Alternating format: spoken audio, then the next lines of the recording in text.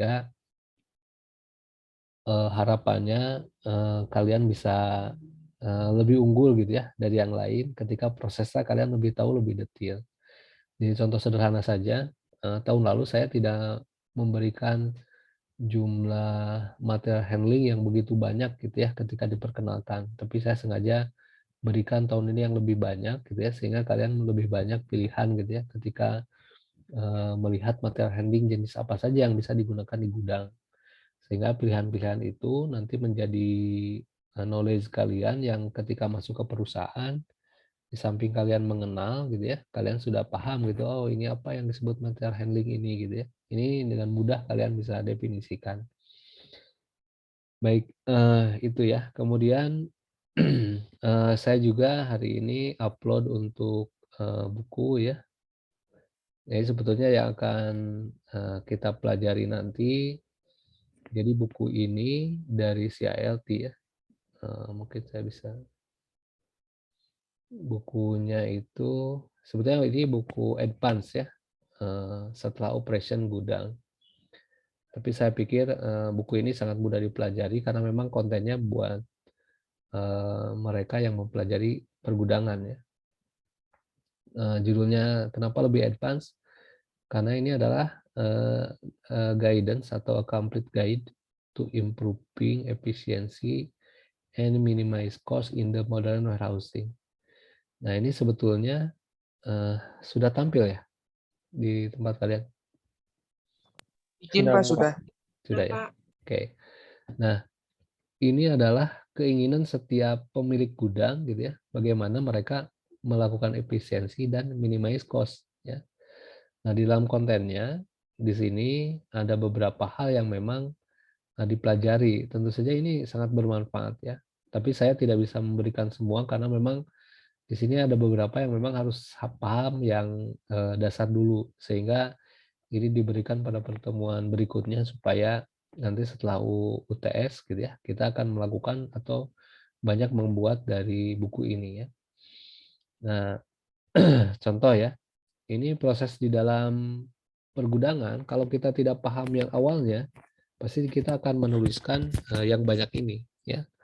Ini contohnya nih, di proses di warehouse processes gitu ya. Ini contoh reshaping dan put away. Nah, jadi kalau kita tidak membaca di manajemen pergudangan yang awal, kita menyangka bahwa proses di gudang itu hanya ada dua gitu ya, ada reshaping sama put away.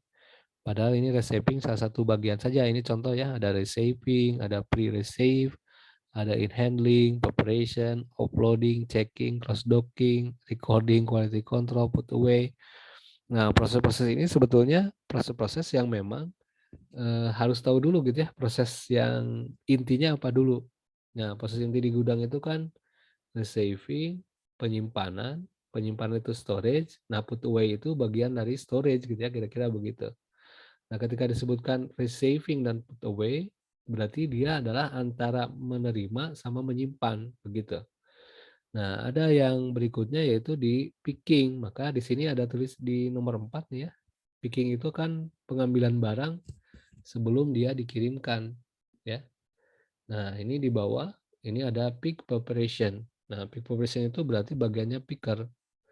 Nah, di sini disebutkan ada warehouse pick layout gitu ya. Nah, bagi yang kita belum belajar, mungkin akan sulit. Kenapa ya harus berhubungan dengan area layout-nya gitu ya. Apa yang dimaksud layout. Nah, sehingga ini disebutkan menjadi advance gitu ya.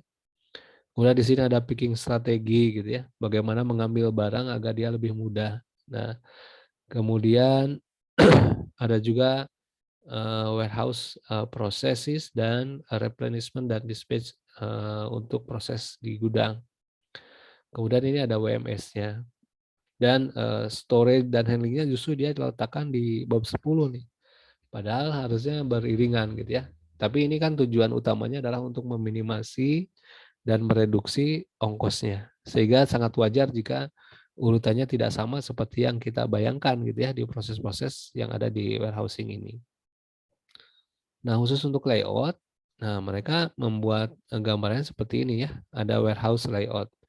Nanti di sini akan dikemukakan bagaimana caranya melakukan proses perbaikan terhadap layout ya. Jadi sini ada metodologinya nih.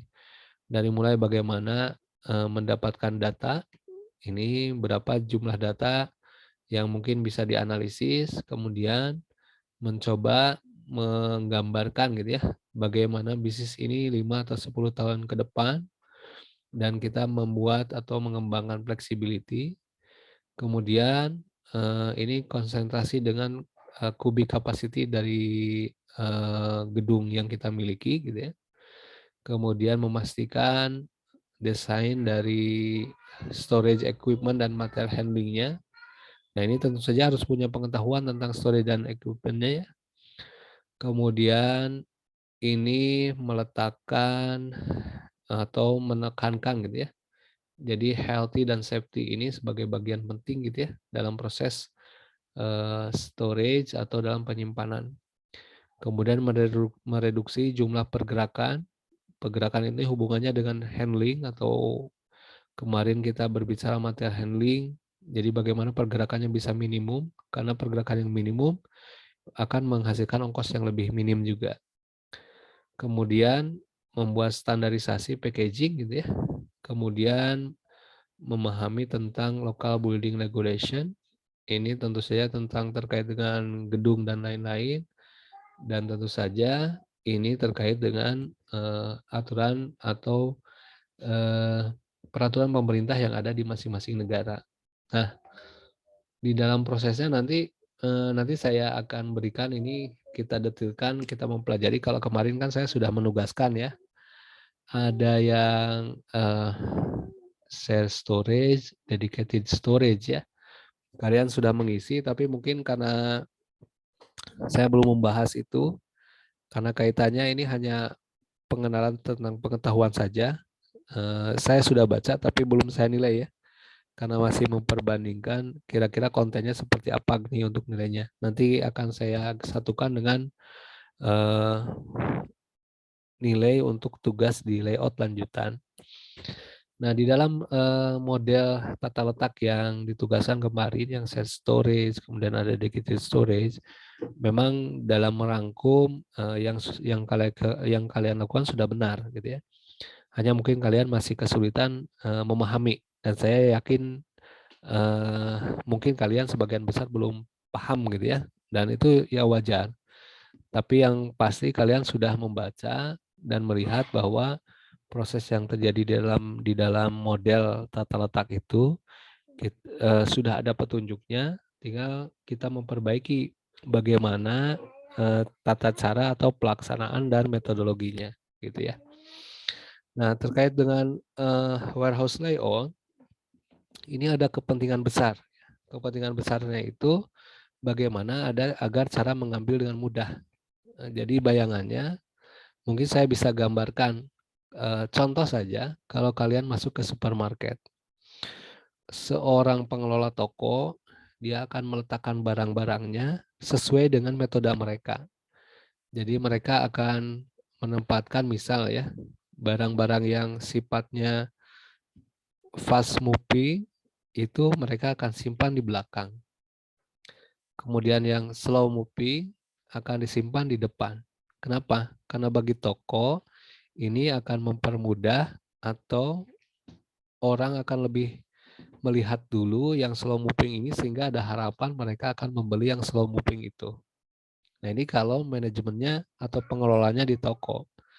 Tapi kalau kita pengelolanya di gudang yang tidak ada konsumen, artinya konsumen itu berdasarkan pembelian misalkan ya, pembelian online, maka penempatan yang fast moving atau pergerakan yang cepat atau barang yang keluarnya cepat, mereka akan tempatkan di depan.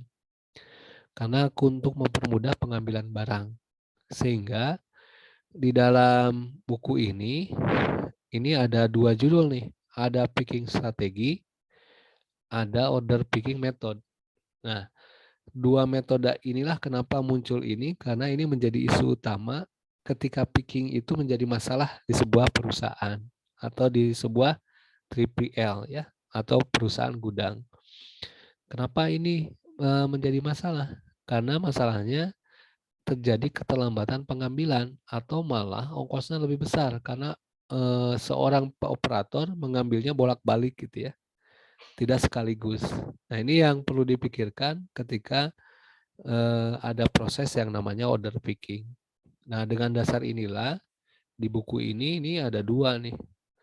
Ada picking strategi, ada order picking method, ada warehouse process untuk replenishment-nya ya. Replenishment ini adalah pergantian barang gitu ya. Dispatch itu pengeluaran barang dan keluarnya. Sehingga di gudang itu ada proses peak preparation. Nah, ini yang menjadi bagian penting ketika dilakukan proses di pergudangan. Nah, untuk itu supaya terbayang, saya akan menggambarkan dulu kenapa ini menjadi penting di dalam storage. Jadi kalau saya kembali lagi ke 3 aktivitas utama ya. Ada receiving, ada storage, ada shipping atau delivery. Nah, proses picking atau pengambilan barang itu terjadi ketika ada order yang masuk dan barang itu harus diambil di gudang. Berarti ini ada di proses penyimpanan. Nah, proses penyimpanan sendiri disebutnya put away. Nah, ketika barang yang mau diambil karena ada order, maka itu disebut dengan proses picking. Yang mengambilnya adalah picker. Sehingga ini menjadi isu karena picker itu menjadi acuan supaya dia bisa menyelesaikan prosesnya dengan cepat. Nah, saya izin share untuk sekarang judulnya saya bungkus bukan hanya picking menjadi order picking ya. Jadi order picking itu berarti pengambilan order ya supaya kita menjadi lebih jelas gitu ya. Kenapa picking ini harus berkaitan dengan order dan kenapa harus ada metodenya. Nah, menjadi gambaran yang lebih luas kalau misalkan kita membayangkan bahwa gudangnya itu tidak sesempit seperti Alfamart atau Indomart gitu ya.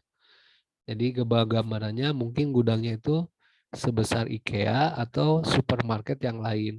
Barangnya macam-macam, jumlahnya ribuan gitu ya. Sehingga kita menjadi penting kenapa metode order picking ini bisa dibuatkan ya. Oke. Baik. Sampai sini ada yang ditanyakan dulu? Cukup? Bisa dilanjutkan? Bisa, Pak. Oke, baik. Nah, terlihat nggak ininya tulisannya atau perlu saya perbesar? Kelihatan, Pak. Kelihatan Cukup. ya? Oke. Baik, order picking ini adalah proses untuk memilih item dari gudang persediaan. Ya.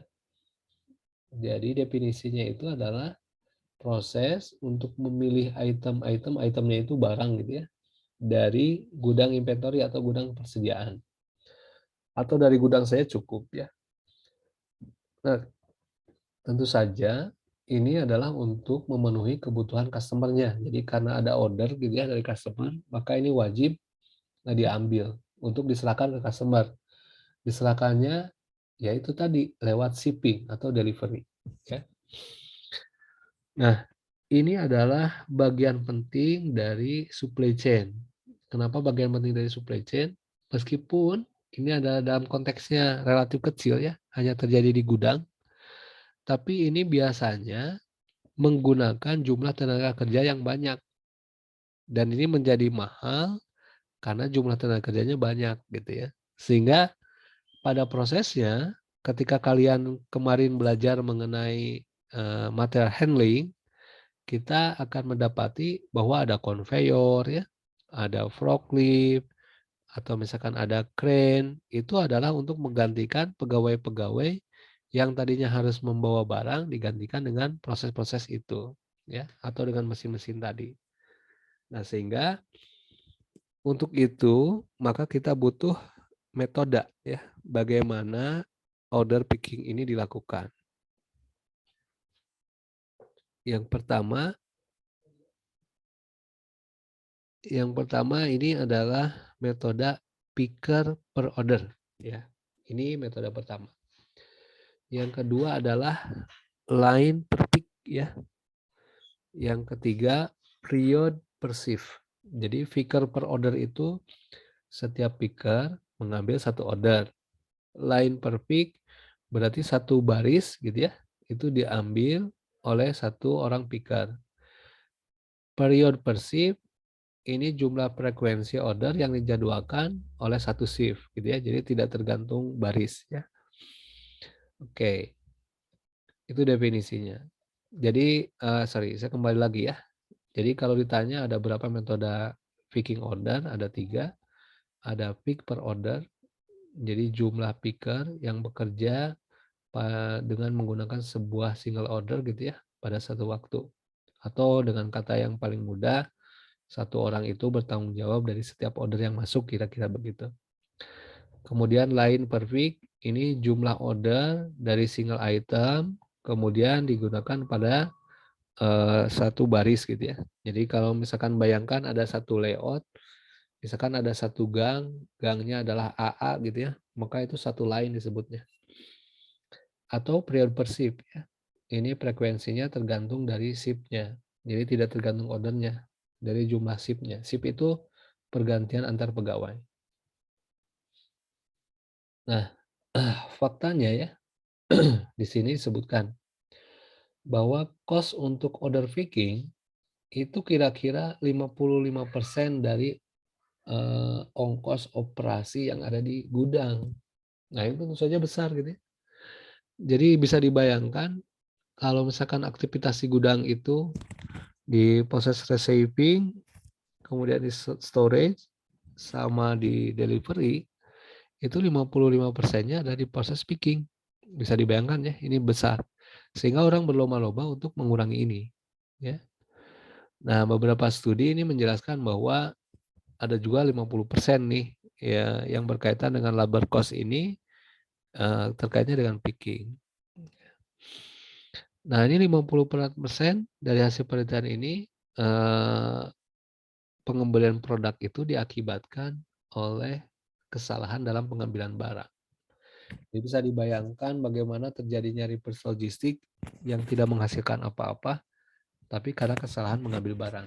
Ya. Nah, ini faktanya, sehingga kita menjadi kasus yang besar ketika kita butuh perbaikan ini. Oke ya, nah apa tantangannya? Atau kalau kita itu masalah lah, tapi saya tidak menyebutkan ini masalah, tapi tantangan bagi seorang yang berada di gudang. Nah, dengan perkembangan tentu saja saat ini dengan e-commerce gitu ya, order picking ini menjadi penting. Kenapa? Karena ketika kita melakukan proses operasi yang ada di gudang, ini mungkin kita bisa mengotomasi atau bisa membuat otomatis gitu ya proses order picking ini. Tapi kan kita butuh investasi ya, beli alat dan lain-lain. Nah, tentu saja teknologi sudah ada, tinggal ada biaya. Nah, tentu saja biaya ini bagi sebagian besar pelaku bisnis ini menjadi masalah. Kenapa? Karena masih ada tenaga kerja yang lebih murah. Nah, kalau dibanding-banding, mungkin mereka akan berpikir, ya lebih baik saya menggunakan tenaga kerja yang lebih murah daripada saya menggunakan teknologi. Karena jatuh-jatuhnya nanti akan lebih murah menggunakan tenaga kerja. Ya. Nah, teknologi ini bisa membantu picker, tetapi teknologi tidak dapat menggantikan dari picker ini karena yang mengoperasi teknologi juga adalah picker tersebut. Jadi kita bisa di sini kita bisa melakukan perbaikan untuk meningkatkan performansi dari pekerja. Dalam hal ini kita bisa melakukan reduce cost, kemudian increase dari order picking, atau kita bisa meningkatkan produktivitas. Ya. Nah, ini tantangannya. Jadi ada satu dari pihak eksternal yaitu e-commerce yang lagi naik gitu ya, tinggi. Kemudian yang berikutnya yaitu teknologinya yang sangat mudah namun butuh perbaikan. Oke, sebelum saya lanjutkan ya, saya ingin bertanya dulu. ke siapa ya tadi? Irfan, ada Irfan.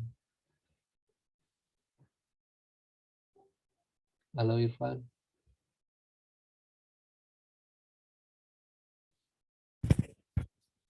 Irfan bisa mendengar saya?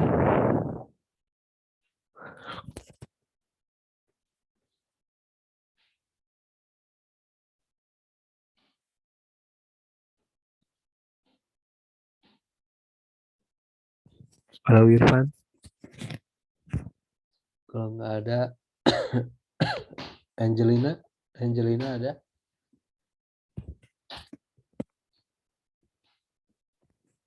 Halo Angelina, bisa mendengar?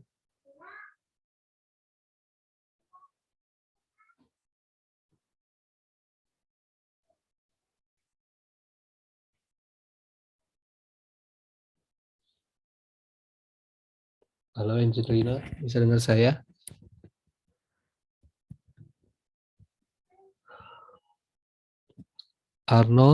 Arnold bisa dengar?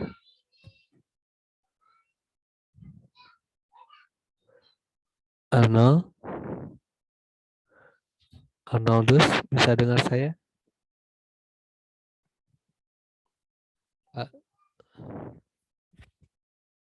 Atau Charles bisa dengar saya? Bisa Pak, bisa. Bisa, oke. Baik, Charles boleh saya nanya ya? Boleh, Pak. Oke, Charles pernah pesan di e-commerce ya atau di marketplace pernah? Iya Pak, pernah Pak.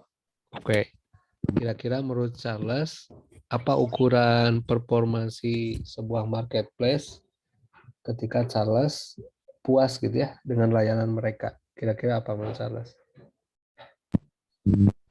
Kalau saya itu produk yang ditawarkan itu sesuai dari display, kemudian kecepatan pengiriman, sama kondisi barang yang dikirimkan dari marketplace-nya itu Pak, sampai ke tujuan. Oke, berarti produknya sesuai, kemudian pengirimannya tepat ya. Iya Pak, pengirimannya lebih cepat gitu. Oke, berarti karakteristik produknya sesuai dengan display gitu ya. Iya Pak, benar Pak. Oke, percaya yang dipoto atau percaya yang di video? Percaya yang di video Pak, Yang sama di di video. review. Oke, jadi Charles tidak akan membeli barang kalau belum ada review dan belum ada videonya gitu ya. Iya Pak, benar Pak. Oke, baik. Kalau begitu, kira-kira kalau yang bisa dilakukan di gudang atau orang gudang yang bisa lakukan gitu ya. Nah, ketika barangnya tidak cocok dengan yang sesuai di display, apakah orang gudang bertanggung jawab nggak kira-kira kalau menurut Charles? Oh tidak Pak, bukan. Orang Bukan gudang ya, tidak tidak bukan. bertanggung jawab ya. Berarti yang bertanggung jawab orang yang penjualnya aja ya. Iya Pak, sellernya. Oke. Kalau begitu apa yang menjadi tanggung jawab orang gudang ketika ada order dari seorang customer misalkan?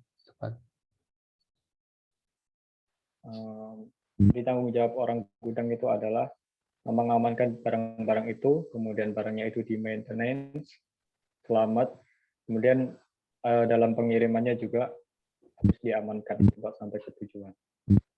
Oke. Jadi amankan itu berarti barangnya aman, tidak rusak gitu ya. Kemudian dia aman sesuai dengan tanggal pengiriman ya. Iya Pak, pengirimannya harus sesuai. Kalau begitu aman barang itu hubungannya dengan apa kira-kira? Kalau misalkan di aman supaya tidak rusak menurut Charles. Itu ada di proses, jadi ada di apa tidak di unloading, kemudian proses receiving, proses storage-nya, kemudian sama proses packing, sama proses pengirimannya. Oke, berarti sebelum proses pengiriman dia harus dikemas ya supaya aman ya seharusnya. Oke. Oke, berarti tadi ada proses unloading, ada proses storage-nya, kemudian begitu dia mau dikirimkan ada proses packaging gitu ya, Charles ya? Iya, benar. Oke, berarti itu tanggung jawab terhadap produk oleh pegawai gudang ya, Charles ya?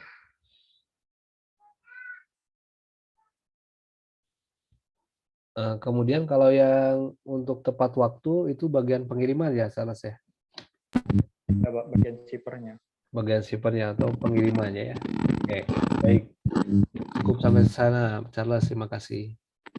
Iya, Pak, sama-sama. Saya lanjutkan. Arnold sekarang sudah dengar, Arnold? Pak. Oke, dengar saya sekarang, Arnold? Iya, Pak. Maaf, Pak, tadi sengaja putus-putus. Oke, Arnold ya. Tadi saya lanjutkan Pak. dari Charles. Ini terkait dengan pengiriman Iya, Pak. atau shipment ya. Nah, dalam pengiriman itu kan orang bisa nyewa atau dia punya armada sendiri. Betul ya? Betul, Pak. Oke. Dalam prosesnya, dia akan mengirimkan barang supaya mencapai waktu yang telah ditentukan. Misalkan pengirimannya itu 1 kali 24 jam. Maka dia akan mengejar bagaimana caranya supaya sampai 1 kali 24 jam. Nah, menurut Arnold, apa saja yang harus dipersiapkan supaya targetnya tercapai, Arnold? Kalau menurut saya sih, terus packingnya dari orderan masuk itu udah mulai packing semuanya, Pak. Dari mungkin itu biar bahwa pokoknya packingnya dipercepat, Pak. Oke, kalau yang bisa dipersiapkan oleh shipper atau pengirimnya apa saja kira-kira, Arnold? Dokumen pengiriman sih, Pak. Dokumen. Kalau dari sisi waktu, kira-kira apa yang harus mereka siapkan?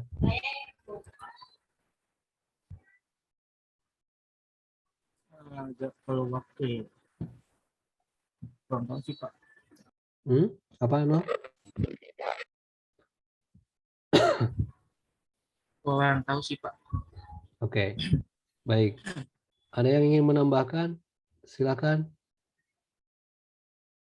Ada yang ingin menambahkan? Silakan.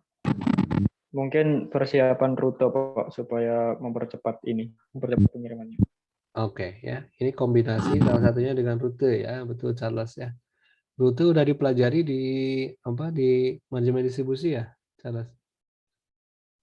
Iya, Pak, sudah, Pak. Oke. Distribusi. Distribusi ada rute terpendek, ada pengukuran jarak dan lain-lain ya.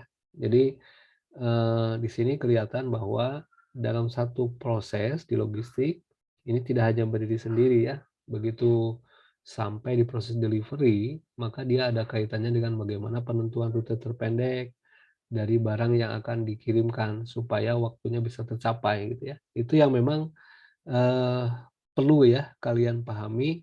Kalau misalkan kenapa harus saya belajar distribusi ya, salah satunya adalah proses untuk mempercepat ke sana. Jadi tujuan utamanya tetap customer supaya puas ya. Puasnya tadi dari sisi waktu, dari sisi produknya. Kalau produknya supaya aman, berarti tadi yang dikatakan sales tuh. Jadi mengamankan dari mulai unloading sampai dia picking gitu ya. Ketika dia udah di handling tambahan dengan cara packaging, maka mempersiapkan untuk delivery. Ya, nanti dihubungkan dengan shipper. Shippernya yang pertama dia tentu saja dengan kemasan yang sesuai, maka dia harus menyampaikan dengan tepat waktu. Nah, tepat waktunya pasti kaitannya dengan tadi salah satunya adalah rute ya. Di samping kan ada kendaraannya, jenis sewa dan lain-lain ya.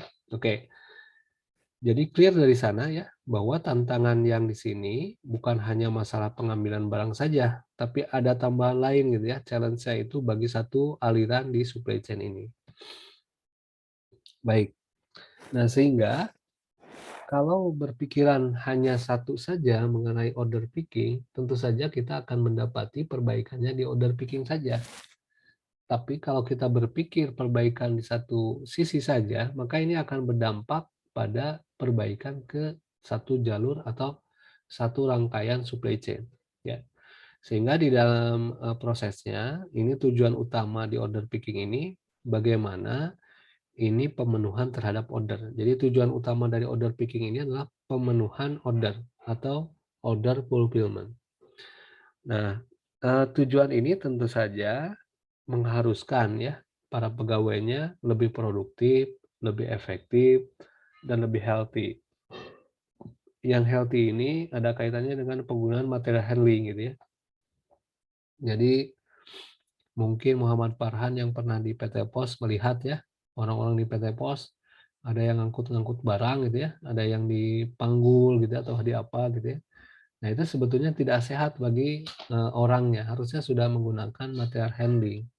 Jadi harusnya menggunakan kereta dorong atau di MPC kita lihat sudah menggunakan konveyor gitu ya. Ya harusnya lebih mulia gitu ya, orangnya tidak lagi menginvestasikan untuk hal yang buruk di masa depan. Sehingga kalau membawa barang ya tidak seperti kuli panggul, tapi barangnya itu menggunakan handling gitu ya. Nah, itu yang disebut dengan healthy tadi. Nah, yang berikutnya ini juga optimize dari proses picking ya. Tentu saja ini tujuan utamanya adalah more efficient atau profitable. Jadi tujuan utama sebetulnya dari produktif, efektif, sama healthy ini tentu saja ingin gudangnya atau perusahaannya itu untung, kira-kira begitu. Nah, yang berikutnya ini bagaimana mengoptimize picking proses. Jadi yang pertama, sebentar saya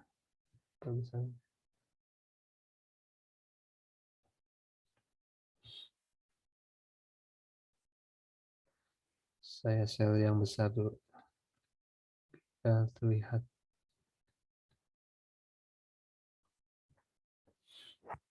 Oke, yang pertama adalah minimize travel distance atau meminimasi jarak dari perjalanan. Yang kedua, minimize use of space. Jadi meminimasi penggunaan ruang atau ruangan atau tempat menyimpan. Yang ketiga, meminimasi peak error. Jadi meminimasi pengambilan yang salah. Yang berikutnya adalah minimize injury atau meminimasi meminimasi kecelakaan ketika mengambil barang. Ya.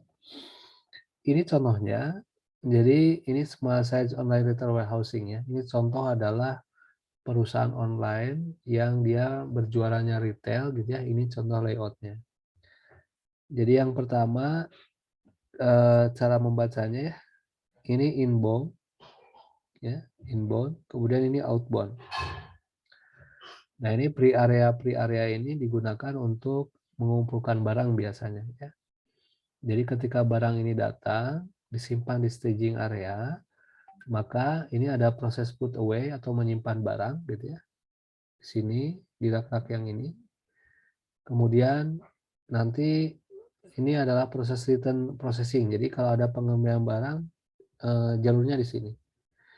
Nah, ketika dia akan mengambil barang, di sini adalah bagian untuk proses pengambilannya.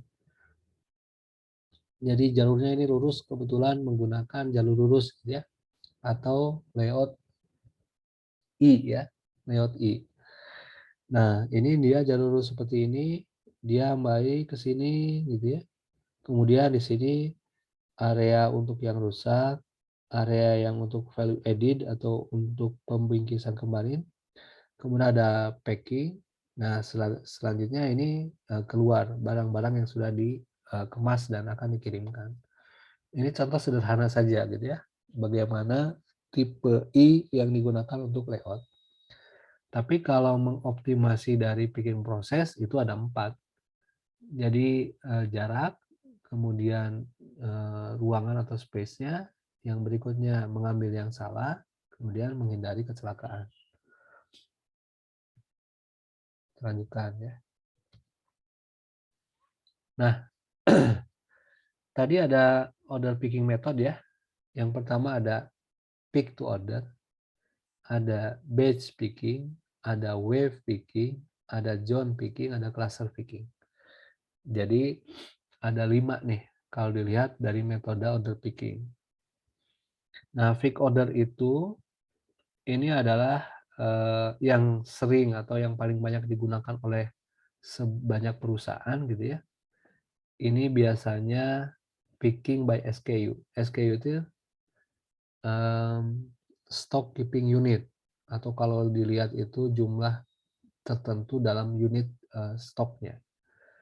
Nah, ini biasanya digunakan oleh beberapa perusahaan yang dia prosesnya itu tradisional, melihat barang yang masuk, kemudian ada order gitu ya, ordernya dipenuhi, ya sesuai order aja yang masuk kemudian yang dipenuhi. Nah, keuntungannya kalau yang peak order ini biasanya ongkosnya kecil, kemudian pekerjaannya gitu ya, dia mendapati yang sederhana saja, karena dia mendapatkan list order, kemudian dia mengambil barang itu aja gitu ya. Jadi setiap ada order dia ngambil aja gitu. Jadi dia tidak melakukannya, tidak perlu metode yang macam-macam. Dia hanya lihat list, kemudian ngambil barang, tapi tanpa memperhatikan bagaimana penyimpan barangnya. Ya. Ini biasanya muncul kemudian. Yang berikutnya ada beberapa keuntungan, tapi kelihatannya ini menjadi kerugian gitu ya. Ini contohnya, pekerja ini akan menghabiskan waktu yang cukup banyak gitu ya, karena dia akan melihat-lihat produk kalau dia belum menggunakan sistem informasi. Jadi dia menghafal gitu ya, ini lokasi ini di mana, letaknya di mana gitu ya.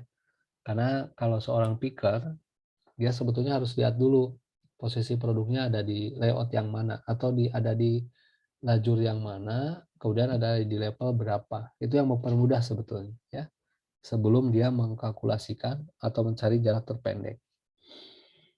Nah, kemudian yang menjadi kerugiannya ini biasanya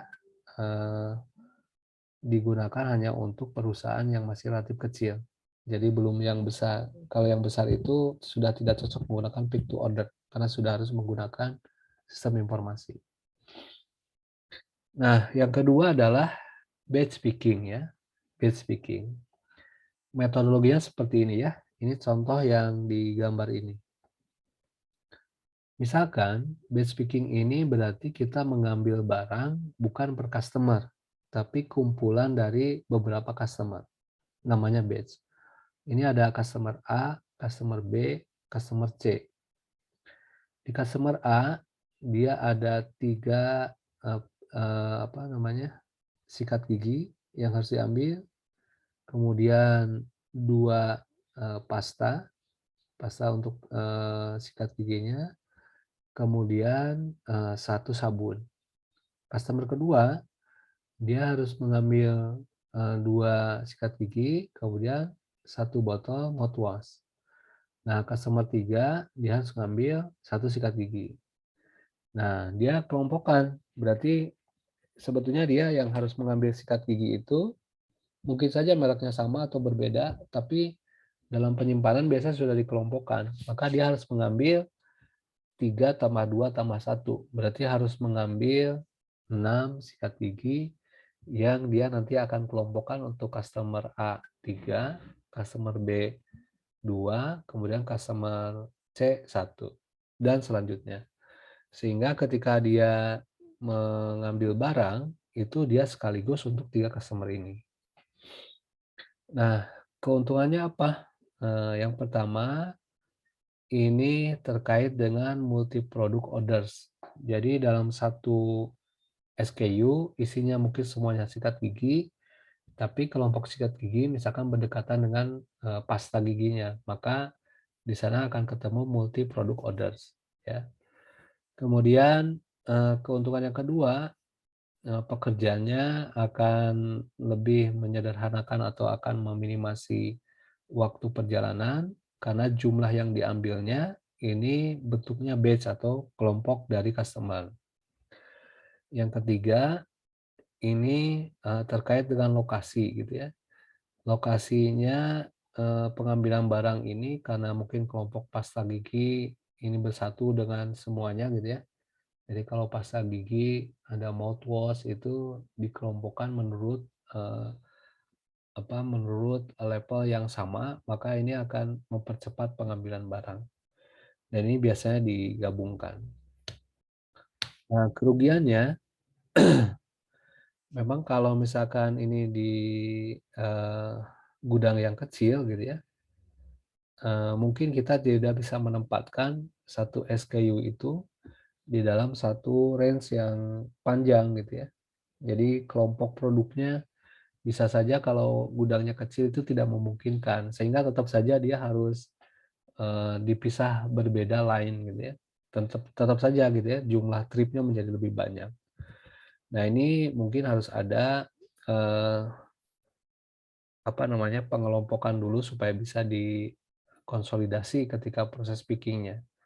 Nah, tentu saja ada tambahan waktu karena ngambilnya bareng-bareng untuk 3 customer tadi, tapi waktu dia balik lagi dia harus memisahkan lagi. Nah, itu tambahan waktu yang dikeluarkan di kerugian ketika dia melakukan batch picking ini. Nah, yang ketiga ini adalah wave picking ya. Wave picking ini seperti batch picking ya. Relatif mirip dengan batch picking. Kecuali order yang diambilnya ini tergantung dari waktu yang dikeluarkan. Jadi bagaimana ini berjalan ya contohnya. Yang pertama dia akan menerima consolidate pick list ya. Dia akan menerima konsolidasi aris pick list-nya. Kemudian dia harus multi thread picking ya. Jadi dia harus menyimpan atau mengambil barang gitu ya dengan menggunakan berbagai order. Nah, ini biasanya perbedaan utamanya itu kalau tadi yang batch picking ini hanya 3 order, tapi kalau yang wave picking ini jumlahnya 4 sampai 12 order, maka disebutnya wave gitu. Jadi seorang picker itu akan berjalan atau mengambil barang kalau jumlah ordernya sudah mencapai 4 sampai 12 order. Sehingga jenisnya disebut dengan wave. Tapi kalau yang di bawah 4 sampai 3 itu disebutnya batch picking tadi gitu ya. Nah, apa keuntungannya? Ini biasanya adalah delivery time, kemudian address, shipment number-nya, kemudian ship number dan sampai loading time-nya. Ini diatur dengan sistem informasi atau WMS ya. Jadi sudah ada WMS-nya kalau mau menggunakan web packing ini. Nah, tentu saja ini sama dengan batch picking tadi. Ini bisa dihasilkan optimal time karena lebih efisien ya operatornya karena ngambil dalam jumlah yang order yang banyak 4 sampai 12. Tapi kerugiannya tadi ya, ada sorting, packing dan shipping-nya itu harus dipisahkan lagi sehingga dia memerlukan tambahan waktu. Nah, yang berikutnya ini adalah zone picking ya. Zone picking ini disebut juga pick and pass ya. Jadi kalau ada yang menyebutkan pick and pass itu namanya zone picking ya. Ini biasanya para pekerja ditempatkan pada lokasi tertentu atau zona-zona tertentu. Jadi seperti di supermarket yang menjaga passion siapa, yang menjaga alat-alat rumah tangga siapa, yang menjaga makanan siapa gitu ya. Ada petugas-petugasnya. Sehingga ini contoh saja ya. Jadi misalkan ada single order gitu ya. Ini ada 2 vakum, ada 3 kettles, ada 4 iron. Maka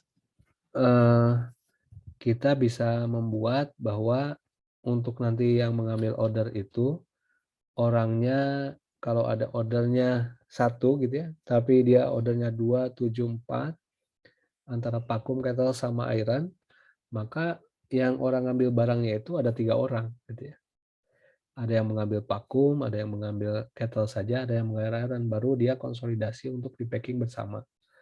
Nah, ini yang menggunakan Jones ya. Jadi orang yang pickernya mengambil barangnya ini sudah ditempatkan di masing-masing tempat. Nah, tentu saja kecepatan ya yang menjadi keuntungan utamanya. karena dia sudah ditempatkan di tempat-tempat yang ditentukan. Tapi masalah pokoknya tadi, kalau ini menjadi kerugian, ini kalau misalkan ketika barangnya diambil oleh masing-masing bagian, kemudian dikonsolidasi, ya tentu saja ini harus betul-betul sesuai dengan order yang dimintakan oleh customer. Karena bisa jadi satu order ini diambil oleh 3 orang tadi, ya. Sehingga di sini ada potensial leading to uneven division of labor. Jadi biasanya sih ada beberapa kekeliruan justru yang muncul karena ada permasalahan digabungkan ordernya, ya. Tapi secara proses kalian harus membayangkan bahwa di zone picking ini setiap order itu berdasarkan zone masing-masing, ya. Nah, yang terakhir ini adalah multitude multi-bin contraption, ya. Ini disebut dengan cluster picking. Jadi bayangkan kalau kita berjalan di supermarket gitu ya. Kemudian dengan memiliki 3 shopping cart berbeda, ya. Yang pertama ini punya kita sendiri, yang kedua punya tetangga, yang ketiga punya teman kita. Nah, kemudian bagaimana cluster picking ini kita lakukan? Jadi ketika kita mengambil barang, maka kita akan memenuhi pesanan menurut 3 order tadi. Ini yang satu ini buat saya sendiri, ini buat tetangga saya, ini buat teman saya. Tapi pikernya satu, ya, pikernya satu. Jadi dalam satu perjalanan, seorang piker ini akan membawa jumlah shopping cart atau di sini disebutnya dengan bin gitu ya, yang isinya itu masing-masing customer. Jadi ordernya ada 3, dia harus mengambil barang di masing-masing tempat untuk satu operator ini. Kenapa disebut cluster? Karena dia diklasterkan berdasarkan jumlah ordernya. Jadi order yang punya family yang sama, maka dia akan dikelompokkan ke sana. Tapi oleh satu pengambil barang atau picker tadi. Nah, keuntungannya apa? Keuntungannya itu yang pertama, karena diambil oleh satu picker, mungkin dia akan mengambil beberapa di tempat yang berbeda, tapi mungkin dia akan mengurangi beberapa kesalahan. Karena biasanya dia mengambil barangnya sesuai dengan kelompok klasternya. Nah, bayangkan saja ya, seperti kita mengambil di supermarket, kita ada pesanan dari adik, ada pesanan dari kakak gitu ya, ada pesanan dari orang tua. Anggap saja kita menggunakan satu troli. Maka kita akan melihat tetap ordernya. Yang mau dipenuhi dari siapa dulu nih? Oh, dari kakak dulu. Maka dia diambil untuk kakaknya. Kemudian untuk orang tuanya. Kemudian untuk misalkan adiknya tadi. Kemudian pas waktu dia selesai di kasir, maka dia meminta, tolong ini kreseknya dipisah-pisahkan. Nah, ini persis seperti itu. Sehingga kemudahannya, keuntungan yang utama bahwa satu picker mengambil untuk berbagai order, kira-kira begitu. Namun kerugiannya, ini beberapa WMS ini belum bisa menjembatani untuk di cluster picking ini. Nah, dari ini mungkin saya bisa simpulkan. Nah, ini resource-nya ya. Silakan nanti kalian lihat ya resource-resource ini yang nanti bisa kalian juga lihat di picking proses ini. Sehingga dari hari ini gitu ya, saya bisa memberikan pengetahuan baru mengenai proses picking. Itu ada 5 metode utama. Jadi yang pertama pick to order, ada batch picking, ada wave picking, ada zone picking, ada cluster picking. Ya. Nah, tugas kalian hari ini adalah mengambil salah satu contoh saja dari masing-masing metode tadi, kemudian nanti kalian tuliskan, tapi tidak usah dikumpul ya. Saya nanti minggu depan, minggu tenang ya, minggu depan.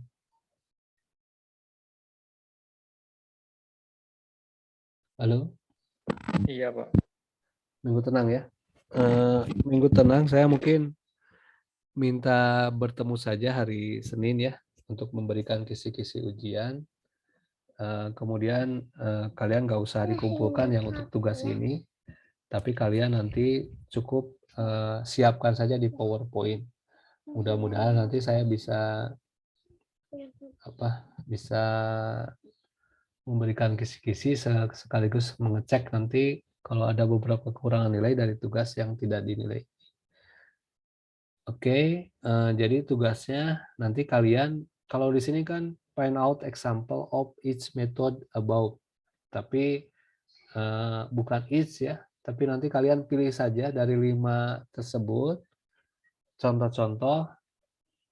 Jadi dari 5 metode yang ada, kalian pilih salah satu, kemudian cari contohnya, itu aja ya, supaya lebih mudah. Oke, kira-kira sampai sini ada yang ditanyakan?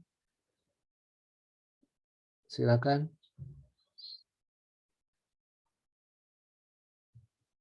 Tidak ada. Kalau tidak ada, saya yang nanya. Fadlan. Halo Fadlan.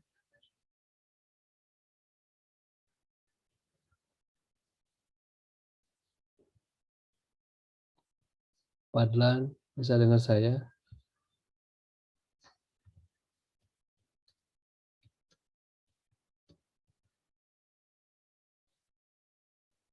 Bisa, Pak. Oke, Fadlan. Fadlan, masih ingat tadi apa tujuan dari order picking?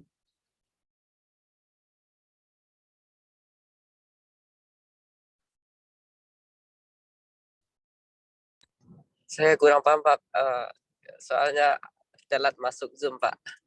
Jangan masuk Zoom. Oke. Kalau Fadli, Saya nggak ada, Pak. gimana nggak ada teh Fadli? Nggak ada pertanyaan gitu, Pak. Bukan, maksud saya nanya, kalau menurut Fadli, tujuan dari order picking itu apa?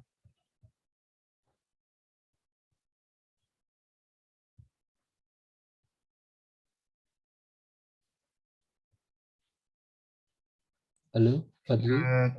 Tujuannya untuk itu, Pak. Apa?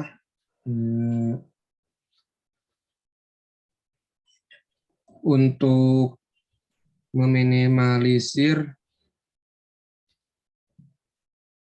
apa ya tadi, Pak? Meminimalisir apa kira-kira?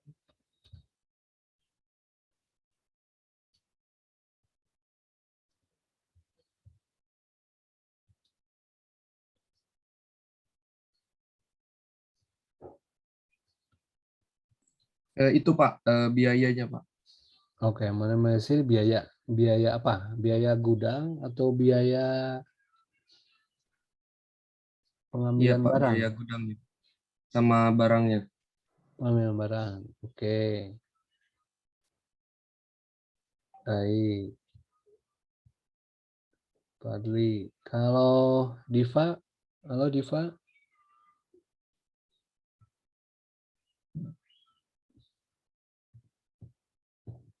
Halo Diva.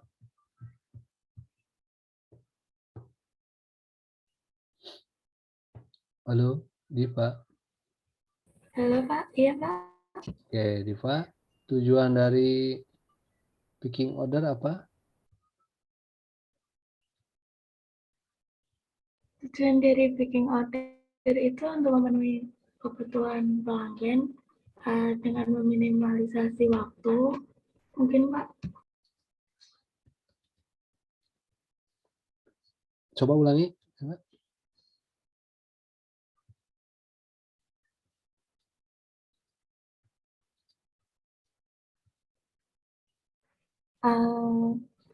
Tujuan utamanya itu untuk memenuhi kebutuhan pelanggan, Pak. Untuk memenuhi kebutuhan pelanggan. Oke. Kenapa harus dipenuhi pelanggannya dengan picking order? kira-kira? Ada masalah apa di picking order?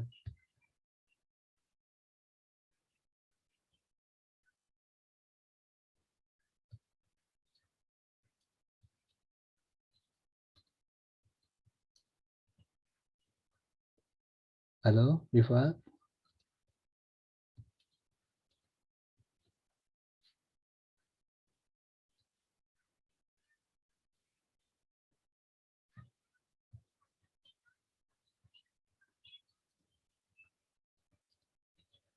Halo, Diva?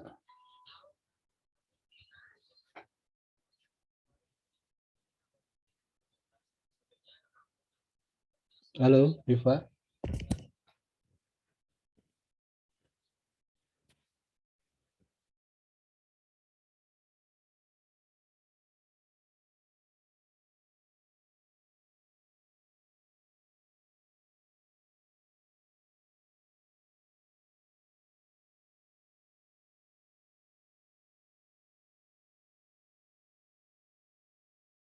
Halo, Diva? Masih dengar suara saya?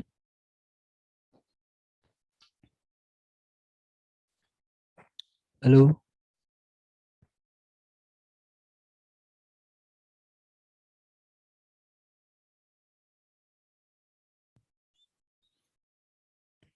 Halo? Atau Hazel? Hazel? Bisa dengar suara saya, Hazel?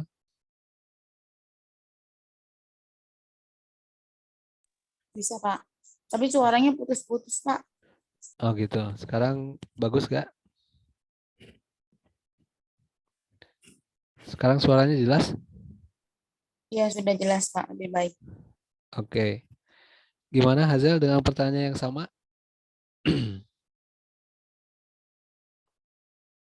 Mungkin bisa meminimalisir kesalahan pengambilan barang dan meminimalisir waktunya, Pak. Oke, meminimalisir waktu pengambilan barang, kemudian meminimalisir kesalahan pengambilan barang. Gitu Hazel. Iya, Pak. Oke, tujuan utamanya kira-kira sama nggak dengan Diva tadi? Kenapa, Pak? Tujuan utamanya apa kira-kira? Kalau dari menurut Hazel?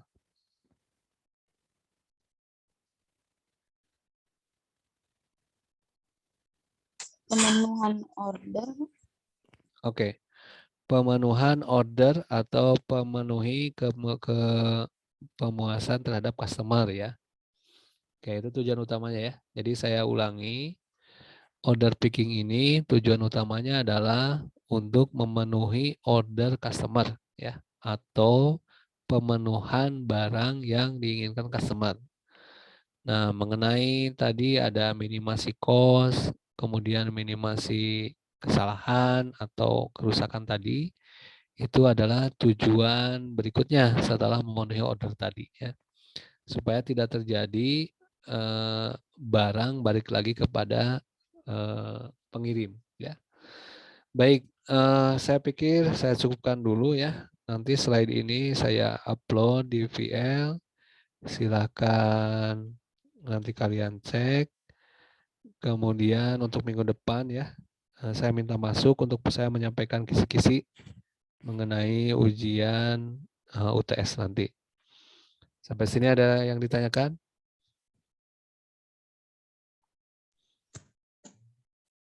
Tidak ada? Baik, kalau tidak ada.